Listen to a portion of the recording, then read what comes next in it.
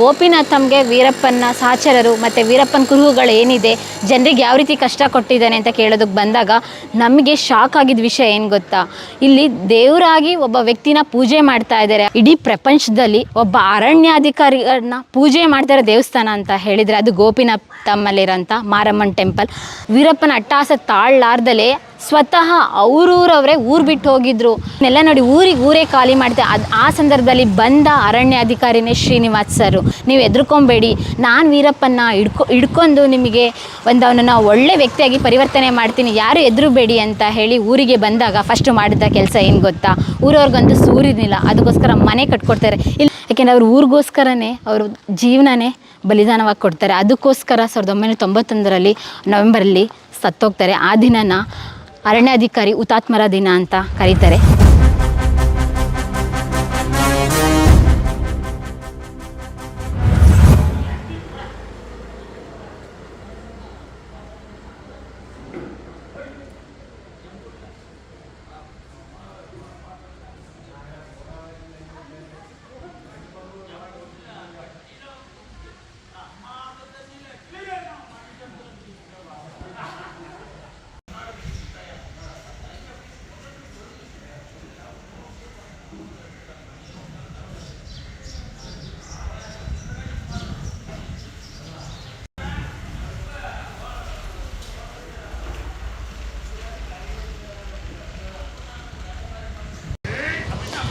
ಸ್ನೇಹಿತರೆ, ನೀವು ಆಲ್ರೆಡಿ ಕಳೆದ ಎಪಿಸೋಡ್ ನೋಡ್ತಾ ಇರ್ಬೋದು. ವೀರಪ್ಪನ ಹೆಜ್ಜೆ ಗುರುತು ನಮ್ಮದು ಸರಣಿ ಕಾರ್ಯಕ್ರಮದಲ್ಲಿ ಪ್ರಸಾರವಾಗ್ತಾ ಇದೆ. ನಾವು ಗೋಪಿನಾಥಮ್ಗೆ ವೀರಪ್ಪನ ಸಹಚರರು ಮತ್ತು ವೀರಪ್ಪನ ಕುರುಹುಗಳು ಏನಿದೆ, ಜನರಿಗೆ ಯಾವ ರೀತಿ ಕಷ್ಟ ಕೊಟ್ಟಿದ್ದಾನೆ ಅಂತ ಕೇಳೋದಕ್ಕೆ ಬಂದಾಗ ನಮಗೆ ಶಾಕ್ ಆಗಿದ್ದ ವಿಷಯ ಏನು ಗೊತ್ತಾ, ಇಲ್ಲಿ ದೇವರಾಗಿ ಒಬ್ಬ ವ್ಯಕ್ತಿನ ಪೂಜೆ ಮಾಡ್ತಾ ಇದ್ದಾರೆ. ಅವ್ರು ಯಾರು ಅಂತ ಹೇಳಿದರೆ, ನನ್ನ ಹಿಂದೆ ನೋಡ್ತಾ ಇದ್ದೀರಾ ನೋಡಿ, ಕೀರ್ತಿ ಚಕ್ರ ದಿವಂಗತ ಪಿ ಶ್ರೀನಿವಾಸ್ IFS ಆಫೀಸರು. ಯಾಕೆ ಈ ಜನ ದೇವ್ರ ಥರ ಪೂಜೆ ಮಾಡ್ತಾ ಇದ್ದಾರೆ ಅಂದರೆ ಅದಕ್ಕೆ ಬಲವಾದ ಕಾರಣ ಇದೆ. ವೀರಪ್ಪನ ಅಟ್ಟಹಾಸ ತಾಳಲಾರ್ದಲೇ ಸ್ವತಃ ಅವರೂರವರೇ ಊರು ಬಿಟ್ಟು ಹೋಗಿದ್ರು. ಇಲ್ಲಿ ಇವಾಗ 2000 ಮನೆಗಳಿದೆ, ಜನಸಂಖ್ಯೆ ಒಂದು 5000ಕ್ಕಿಂತ ಜಾಸ್ತಿ ಇದೆ. ಅವಾಗಲೂ ಕೂಡ ಅಷ್ಟೇ ಜನಸಂಖ್ಯೆ ಇತ್ತು. 500 ಮನೆಗಳಿದ್ದು ವೀರಪ್ಪನ ನಮ್ಮನ್ನೆಲ್ಲಿ ಕೊಂದು ಬಿಡ್ತಾನೋ ಅಂತ ಹೇಳಿ 80ರ ದಶಕದಲ್ಲಿ ಊರೇ ಬಿಟ್ಟು ಹೋಗ್ತಾರೆ. ಎಲ್ಲೆಲ್ಲಿಗೆ ಹೋಗ್ತಾರೆ ಅಂದರೆ ತಮಿಳ್ನಾಡಿಗೆ ಹೋಗ್ತಾರೆ ಸ್ವಲ್ಪ ಜನ, ಕೇರಳಕ್ಕೆ ಹೋಗ್ತಾರೆ ಸ್ವಲ್ಪ ಜನ, ಕರ್ನಾಟಕಕ್ಕೆ ಬರ್ತಾರೆ. ಇದು ಮೂರು ರಾಜ್ಯಗಳು ಸೇರೋ ಪ್ರದೇಶ ಆಗಿರೋದ್ರಿಂದ ಯಾವ್ಯಾವ ಕಡೆನೇ ಹೋಗ್ತಾರೆ. ಯಾಕೆ ತಪ್ಪಿಸ್ಕೋಬೇಕಿತ್ತು, ಎಲ್ಲಿ ನಮ್ಮನ್ನು ಕೊಲೆ ಮಾಡಿಬಿಡ್ತಾನೋ ಅಂತ. ಮೊದಲು ದಂತಚೋರನಾಗಿ ಬರೀ ಆನೆನ ಸಾಗಣೆ ಮಾಡ್ತಾ ಇರ್ತಾನೆ, ಆಮೇಲೆ ಗಂಧ ಸಾಗಣೆ ಮಾಡ್ತಾ ಇರ್ತಾನೆ. ಎಲ್ಲ ನೋಡಿ ಊರೇ ಖಾಲಿ ಮಾಡ್ತೆ. ಆ ಸಂದರ್ಭದಲ್ಲಿ ಬಂದ ಅರಣ್ಯಾಧಿಕಾರಿನೇ ಶ್ರೀನಿವಾಸ್ ಸರ್ ಹುಡ್ಕೊಬಂದು ಎಲ್ಲೆಲ್ಲಿದ್ದಾರೆ ಅಂತ ಹೋಗಿ ಅವ್ರು ಸ್ವತಃ ಜೀಪಲ್ಲಿ ಹೋಗಿ ತಮಿಳ್ನಾಡು, ಕೇರಳ ಮತ್ತು ಕರ್ನಾಟಕಕ್ಕೆ ಹೋಗಿ ಎಲ್ಲೆಲ್ಲಿದ್ದಾರೆ ಅಂತ ಕಾಡಲ್ಲೇ ಹೋಗಿ ಹುಡ್ಕೊಬಂದು, ಬನ್ನಿ ನಾನಿದ್ದೀನಿ, ನೀವು ಹೆದರ್ಕೊಂಬೇಡಿ, ನಾನು ವೀರಪ್ಪನ ಹಿಡ್ಕೊಂಡು ನಿಮಗೆ ಅವನನ್ನು ಒಳ್ಳೆ ವ್ಯಕ್ತಿಯಾಗಿ ಪರಿವರ್ತನೆ ಮಾಡ್ತೀನಿ, ಯಾರು ಹೆದರಬೇಡಿ ಅಂತ ಹೇಳಿ ಊರಿಗೆ ಬಂದಾಗ ಫಸ್ಟ್ ಮಾಡಿದ ಕೆಲಸ ಏನು ಗೊತ್ತಾ, ಊರವ್ರಿಗಂತೂ ಸೂರಿರಲಿಲ್ಲ, ಅದಕ್ಕೋಸ್ಕರ ಮನೆ ಕಟ್ಕೊಡ್ತಾರೆ. ಇಲ್ಲಿ ನೋಡ್ಬೋದು ಸ್ನೇಹಿತರೆ, ಇಲ್ಲೆಲ್ಲ ನೋಡಿ ನೀವು, ಫಸ್ಟು ಇಲ್ಲೆಲ್ಲ ಗುಡಿಸ್ಲಿತ್ತು, ಒಂದು 10-20 ಮನೆಗಳಿದ್ದು.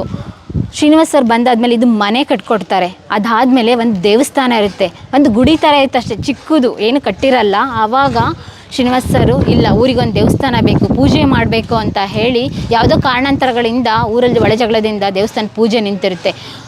ಶ್ರೀನಿವಾಸ್ ಸರು ಮಾರಮ್ಮನ ಟೆಂಪಲ್ಲ ಕಟ್ಕೊಳ್ತಾರೆ. ನೀವು ನೋಡ್ಬೋದು, ನಾನು ನಿಂತಿದ್ದೀನಲ್ಲ, ಇದೇ ಟೆಂಪಲ್ ಶ್ರೀನಿವಾಸ್ ಸರ್ ಕಟ್ಟಿಸಿದಂಥ ದೇವಸ್ಥಾನ ಮಾರಮ್ಮನ ಟೆಂಪಲ್. ಅದಕ್ಕೋಸ್ಕರ ಅವರು ಬೆಂಗಳೂರಿಂದ ಮತ್ತು ಚಿಕ್ಕಮಂಗ್ಳೂರಿಂದ ಎಲ್ಲ ಇಂಜಿನಿಯರ್ ಎಲ್ಲ ಪ್ಲ್ಯಾಂಡಾಗಿ ಕರ್ಕೊಬಂದು ಇದೇ ಥರ ಬೇಕು ಅಂತೇಳಿ ದೇವಸ್ಥಾನ ಕೆತ್ತನೆ ಮಾಡಿಸ್ತಾರೆ. ಅದ್ರ ಜೊತೆಗೆ ಇಲ್ಲಿ ನೋಡ್ತಾ ಇರ್ಬೋದು ನೀವು, ಯಾವ ದೇವಸ್ಥಾನದಲ್ಲೂ ಕೂಡ, ಕರ್ನಾಟಕದ ಯಾವ ದೇವಸ್ಥಾನದಲ್ಲೂ ಕೂಡ, ಅದು ಪುರಾತತ್ವ ಇಲಾಖೆಗೆ ಸೇರಿದ್ದಂಥ ಯಾವ ದೇವಸ್ಥಾನ ಆದರೂ ಕೂಡ ಕರ್ನಾಟಕದ ರಾಜ್ಯ ಲಾಂಛನ ಇಲ್ಲ, ಗಂಡ ಬೆರುಂಡ ಇದೆ. ಅದೊಂದು ವಿಶೇಷವಾಗಿದೆ ನೋಡಿ. ಅದ್ರ ಜೊತೆಗೆ ಇಲ್ಲಿ ದೇವಸ್ಥಾನ ಕಟ್ಟಿದ್ದಾರಲ್ಲ, ಇಲ್ಲಿ ಶಿಲ್ಪ ಕಲಾಕೃತಿ ಎಲ್ಲ ನೋಡಿದರೆ ಕಾಡಿನ ಮಧ್ಯಭಾಗದಲ್ಲಿ ಇರೋದ್ರಿಂದ ಮಾರಮ್ಮ ಒಂದು ಈ ಊರಿನ ಗ್ರಾಮ ದೇವತೆ.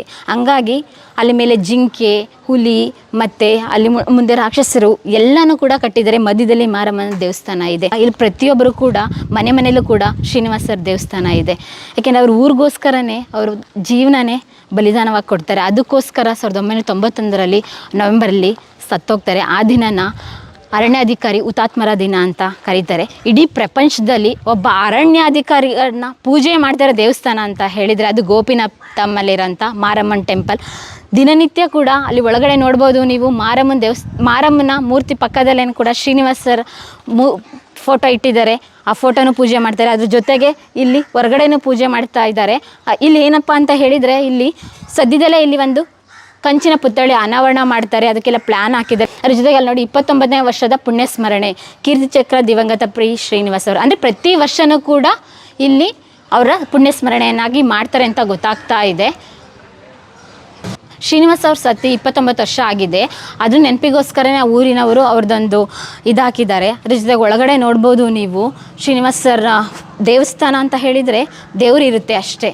ಯಾವುದೇ ಇಡೀ ಪ್ರಪಂಚದಲ್ಲಿ ಅರಣ್ಯಾಧಿಕಾರಿ ಆಗಿರ್ಬೋದು ಒಬ್ಬ ಮನುಷ್ಯನ ಆರಾಧನೆ ಮಾಡ್ತಾ ಇದ್ದಾರೆ ಅಂತ ಹೇಳಿದರೆ ಅದು ಗೋಪಿನಾಥಂಪುರದಲ್ಲಿ ಮಾತ್ರ.